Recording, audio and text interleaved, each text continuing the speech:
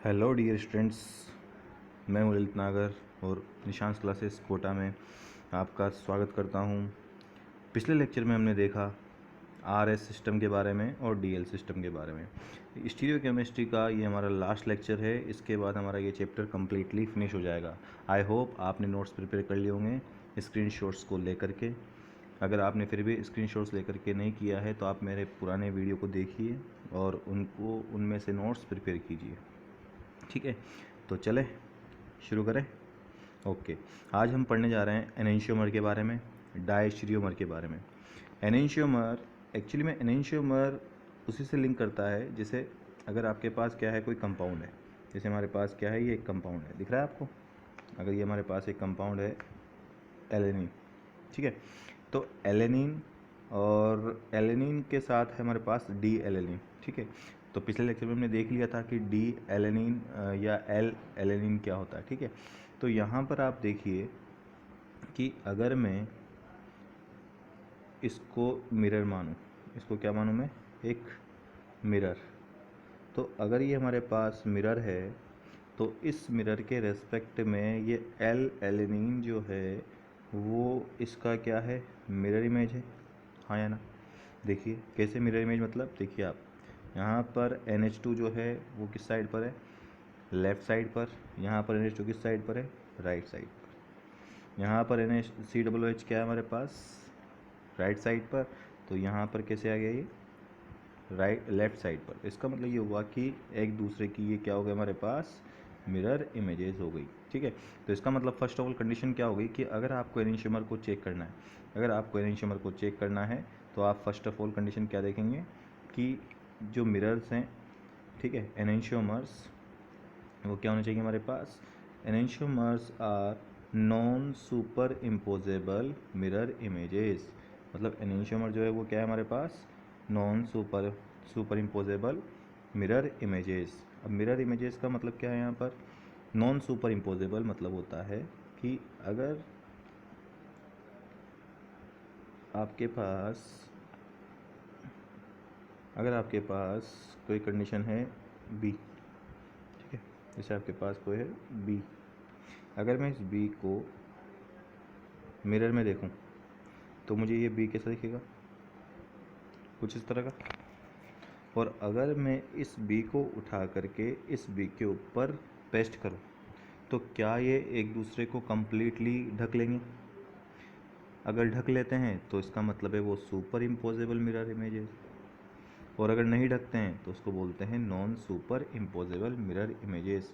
इसका मतलब हुआ कि अगर बी जो है उसका मिरर में देखेंगे आप तो वो उल्टा दिखेगा, और उस उल्टे बी को सीधे बी के साथ अगर आप पेस्ट करोगे तो वो दोनों एक दूसरे को कम्प्लीटली ढकेंगे नहीं, यानी कि इम्पोज नहीं करेंगे। इन्हीं को बोलते हैं हम non superimposable mirror images. ठीक है, तो एक कंडीशन तो गई हमारे पास ये वाली। दूसरी कंडीशन है कि enantiomer are related to each other much like a right hand is related to the left hand. मतलब एनेंशियोमर जो है बिल्कुल कंप्लीटली वैसे हैं जैसे आपका लेफ्ट हैंड और राइट हैंड। अगर आप लेफ्ट हैंड को राइट हैंड से देखेंगे या राइट हैंड को लेफ्ट हैंड से देखेंगे, ठीक है, तो उन दोनों में आपको एक दूसरे की मिरर इमेज दिखाई देगी। और अगर आप उनको एक दूसरे से ढकेंगे तो थंब बाहर निकला होगा। ठीक है, तो थंब क्या होगा, बाहर निकला होगा। इसका मतलब क्या हुआ कि ये एक दूसरे के क्या है, एनेंशियोमर है। ठीक है, एनेंशियोमर के लिए एक और ख़ास बात है कि एनेंशियोमर जो है वो क्या होना चाहिए, कायरल होना चाहिए, कायरल होना चाहिए। और कायरल के लिए मैंने क्या बोला था आपको, 4 ग्रुप्स और एटम्स क्या होने चाहिए, डिफ़र होने चाहिए। कैसे होने चाहिए, डिफ़र होने चाहिए। अगर 4 और डिफरेंट, चारों के चारों जो है वो अगर डिफरेंट नहीं होंगे तो उसको हम एनेंशियोमर का बारे में नहीं बताएंगे, मतलब वो एनेंशियोमर नहीं है। बस इतनी सी बात है। ठीक है, कैसे चेक कर लेते हैं एग्जांपल से। जैसे भी आपको मैंने बताया था, इस कंपाउंड के अंदर चेक करते हैं हम कि क्या एल एलेनिन और डी एलेनिन एक दूसरे के एनेंशियोमर हैं या नहीं।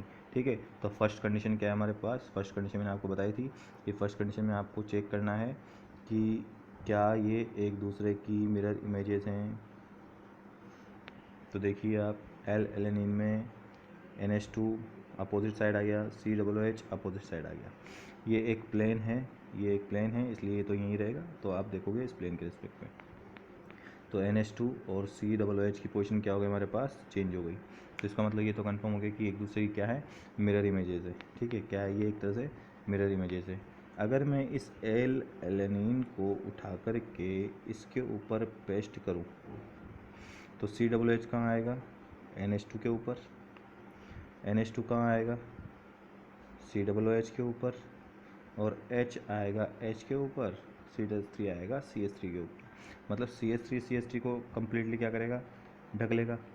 H और H भी एक दूसरे को क्या करेंगे, ढक लेंगे। लेकिन क्या NH2 COOH को ढक पाएगा, क्या NH2 COOH को ढक पाएगा, नहीं ढक पाएगा। इसका मतलब है non superimposable mirror images हैं। इसका मतलब ये हुआ कि ये एक तरह से क्या है, non superimposable mirror images. दूसरा पॉइंट भी क्लियर हो गया। मतलब पहली कंडीशन थी हमारे पास कि ये जो है वो क्या होना चाहिए, नॉन सुपर इम्पोजेबल। क्या होना चाहिए, नॉन सुपर इम्पोजेबल। ठीक है, अब दूसरी कंडीशन थी हमारे पास कि नॉन सुपर इम्पोजेबल के बाद होना चाहिए हमारे पास कायरल। क्या होना चाहिए, ये कायरल होना चाहिए। अब कायरल के लिए कंडीशन क्या है, कायरल का मतलब होता है चारों डिफरेंट। अब कायरल ये चारों डिफरेंट है तो आपको देखना पड़ेगा कि चारों डिफरेंट है या नहीं। तो आप देखिए 1 2 3 4, तो क्या ये जो सेंटर है, क्या ये कार्बन जो है वो कायरल सेंटर हुआ। तो कायरल के लिए कंडीशन पूरी हो गई कि कायरल का मतलब होता है कि चारों, यानी कि जो भी कार्बन है उस कार्बन के चारों जो सब्स्टिट्यूट जुड़े हुए हैं वो डिफरेंट हैं या नहीं। तो क्या डिफरेंट है, इसका मतलब दूसरी कंडीशन भी क्या हो गई, फुलफिल हो गई। तो बस इसी को हम बोलते हैं क्या, एनेंशियोमर। क्या बोलते हैं इसी को हम, एनेंशियोमर। आइए एक बार फिर चेक करें। Enantiomers are non superimposable mirror images. मतलब एनेंशियोमर जो है वो एक दूसरे की इमेजेस को, मिरर इमेजेस को ढकते नहीं है। पहली बात तो मिरर इमेज होना चाहिए। दूसरा है वो बिल्कुल इस तरह से है कि लेफ्ट हैंड और राइट हैंड जो है उन्हीं को हम बोल सकते हैं non superimposable mirror images. Enantiomer said to be chiral, मतलब एनेंशियोमर जो है वो कायरल होने चाहिए। ठीक है, इसी को हम बोलते हैं एनेंशियोमर की कंडीशन। और दूसरा होना चाहिए असिमेट्रिक। सबसे लास्ट कंडीशन जो है वो बची हुई है हमारे पास, असिमेट्रिक कार्बन। असिमेट्रिक कार्बन मतलब कि उसमें कोई भी प्लेन ऑफ सिमेट्री नहीं होना चाहिए। मतलब उसमें POS AOS यानी एक्सिस ऑफ सिमेट्री, और एक होती है हमारे पास COS यानी कि प्लेन ऑफ सिमेट्री नहीं होना चाहिए, एक्सिस ऑफ सिमेट्री नहीं होना चाहिए, और सेंटर ऑफ सिमेट्री नहीं होना चाहिए। उसको बोलते हैं हम असिमेट्रिक कार्बन। देखो इन तीनों कंडीशंस को हम बोलते हैं एलिमेंट्री ऑफ सिमेट्री। ये भी एक अलग पार्ट है, ये एक अपने आप में अलग टॉपिक है। अगर आपको नहीं आता है तो पहले आप POS AOS और COS के बारे में सीखें। ठीक है, चलिए नेक्स्ट एग्जाम्पल की तरफ मूव ऑन करते हैं। नेक्स्ट एग्जाम्पल है हमारे पास ग्लूकोज।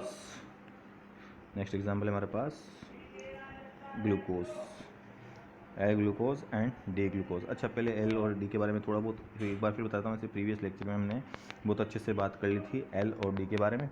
तो यहाँ पर जो एल ग्लूकोज है वो क्या था, अगर हमारे पास क्या है, कहाँ पर है, लेफ्ट साइड में, तो ये हो गया हमारे पास एल। और अगर हमारे पास जो OH है, अगर हमारे पास जो OH है अगर वो कहाँ पर है, राइट साइड में, तो उसको बोलते हैं हम डी। बस इतनी सी बात है। ठीक है, तो इसके बारे में प्रीवियस लेक्चर में पूरा ढंग से डिटेल में बताया हुआ है, तो वहाँ जाकर आप देखें एक बार। ठीक है, चलिए तो ये तो हो गया हमारे पास एनेंशियोमर के बारे में। अब एनेंशियोमर की प्रॉपर्टीज़ की बात करें तो एनेंशियोमर की प्रॉपर्टीज़ होती हैं कि एनेंशियोमर जो है वो हमारे पास आइडेंटिकल फिजिकल प्रॉपर्टी होती है। आइडेंटिकल फिजिकल प्रॉपर्टी का मतलब होता है कि एनेंशियोमर जो है उनकी जो बॉइलिंग पॉइंट्स हैं, यानी कि जो एल और डी जो बने हमारे पास, मतलब मिरर इमेजेस जो हैं एक दूसरे की, उनका जो बॉइलिंग पॉइंट है, मेल्टिंग पॉइंट है, डेंसिटी है, सोल्यूबिलिटी है, रेफ्रैक्टिव इंडेक्स है, ये सब क्या होंगे, सेम होंगे। ठीक है, but there is difference in direction of rotation of PPL। मतलब प्लेन पोलराइज लाइट की जो डायरेक्शन होगी वो अपोजिट होगी। सही बात है, एक हमारे पास क्लॉकवाइज में रोटेट करेगा और एक हमारे पास एंटी क्लॉकवाइज में रोटेट करेगा। मतलब PPL मतलब प्लेन पोलराइज लाइट, और PPL का मतलब यहाँ पर पोलराइज लाइट का मतलब होता है जो वन वेवलेंथ कंटेन करने वाली जो लाइट है उसी को हम बोलते हैं PPL। ठीक है, प्लेन पोलराइज्ड लाइट। ठीक है, चलिए दूसरी प्रॉपर्टी हमारे पास they have identical chemical properties, they have identical chemical property मतलब उनकी फिजिकल प्रॉपर्टी भी सेम होती है और उनकी केमिकल प्रॉपर्टी भी सेम होती है, लेकिन हमारे पास chemical reactions with optical active, ठीक है, एक्सेप्ट इन केमिकल रिएक्शन, लेकिन जब उनकी केमिकल रिएक्शंस करवाते हैं हम तो वो डिफरेंट ऑप्टिकली एक्टिविटी शो करते हैं। ऑप्टिकल एक्टिविटी का मतलब होता है कि वो लेफ़्ट और राइट शो करते हैं, उसी को बोलते हैं। तो डिफरेंट वे में एक लेफ़्ट होगा और एक राइट होगा, मतलब एक का पीपीएल कैसे रोटेट, एक पीपीएल को कैसे रोटेट करेगा लेफ्ट साइड में यानी क्लॉकवाइज डायरेक्शन में, और एक मॉलिक्यूल पीपीएल को कैसे रोटेट करेगा राइट डायरेक्शन में। तो दोनों एक दूसरे के डिफरेंट वे में, तो इसलिए इसमें बोला है कि भैया ऑप्टिकली एक्टिव जो है वो उसकी केमिकल रिएक्शंस क्या होंगे हमारे पास अलग होंगी। नेक्स्ट प्रॉपर्टी हमारे पास इसमें having different biological properties. Different biological property का मतलब ये है कि आप एग्जाम्पल से समझें इसको।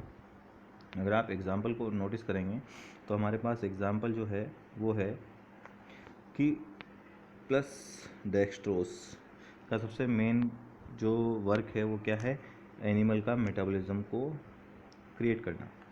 वहीं पर जो माइनस का मतलब है और प्लस का मतलब मैंने आपको पहले बताया था डेक्स्ट्रो लियो, मतलब एक लेफ्ट साइड वाला, एक राइट साइड वाला और एक लेफ्ट साइड वाला, ठीक है, आर नॉट मेटाबोलाइज, यानी कि प्लस डेक्स्ट्रोज तो एनिमल मेटाबॉलिज्म में काम आता है, लेकिन माइनस डेक्स्ट्रोज जो है यानी कि एल डेक्स्ट्रोज जो है वो मेटाबॉलिज्म का काम नहीं करता है। तो ये दोनों डिफरेंट प्रॉपर्टी हो गई, ठीक है। When equal quantity of enantiomers are mixed in optically inactive compound, ठीक है, ऑप्टिकली इनएक्टिव मतलब होता है कि जो पीपीएल प्लेन पोलराइज्ड लाइट को रोटेट नहीं करने वाले एनेंशियोमर,